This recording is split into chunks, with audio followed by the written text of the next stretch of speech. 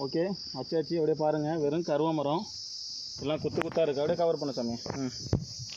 Okay, இங்கே பாரு, அப்படியே கவர் பண்ண. ஒரு 4 பசங்க நம்மளோட வந்திருக்காங்க. முதல்ல அவங்களுக்கு என் பேர் பிரசனா, என் பேர் பிரணேஷ், என் பேர் பிரதீப் கேசவன், அண்ணா என் பேர் சந்திரமோகன். ஓகே, என்ன விஷயம் அப்படின்னா, இவ்வளோ கருவ மரம் இருக்குது.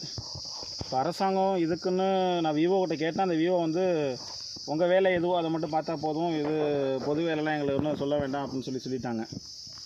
ஏன்னா அவங்க சொல்கிற மாதிரி இன்னும் ஒரு 2 வருஷமோ 3 வருஷமோ ட்ரான்ஸ்ஃபர் வாங்கிட்டு போயிடுவாங்க. இந்த பிள்ளைங்க வாழணும் அப்படின்னு பார்த்தீங்கன்னா நீர் வேணும். அதனால் நம்ம என்ன சொல்லக்கூடிய விஷயம் என்னென்னா, அரசாங்கம் வந்து கருவ மரத்தை வெட்டுறாங்க அப்படின்னு சொல்லிட்டு ஒரு ஸ்கீம் இருக்குதுன்னு சொல்கிறாங்க. அதன் மூலயமா அழிச்சிட்டாங்க அப்படின்னா, இப்போ பாருங்கள், கிட்டத்தட்ட இன்றைக்கி வந்து ஒரு 100க்கு மேற்பட்ட கன்று விதைக்க போகிறோம். இன்றைக்கி கிட்டத்தட்ட ஒரு 20-30 கன்று விதைச்சாச்சு. இப்போ ஒரு உள்ளே விதைச்சிட்டு இருக்கோம். இது 100 மீட்டருக்கு அந்த சைடு பார்த்திங்கன்னா கொள்ளிட ஆறு.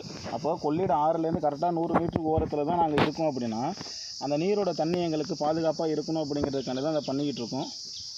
அதனால் எனக்கு சப்போர்ட் பண்ண இந்த பிள்ளைகளுக்கு பெரிய ஒரு நன்றியை நான் தெரிவித்துக் கொள்கிறேன்.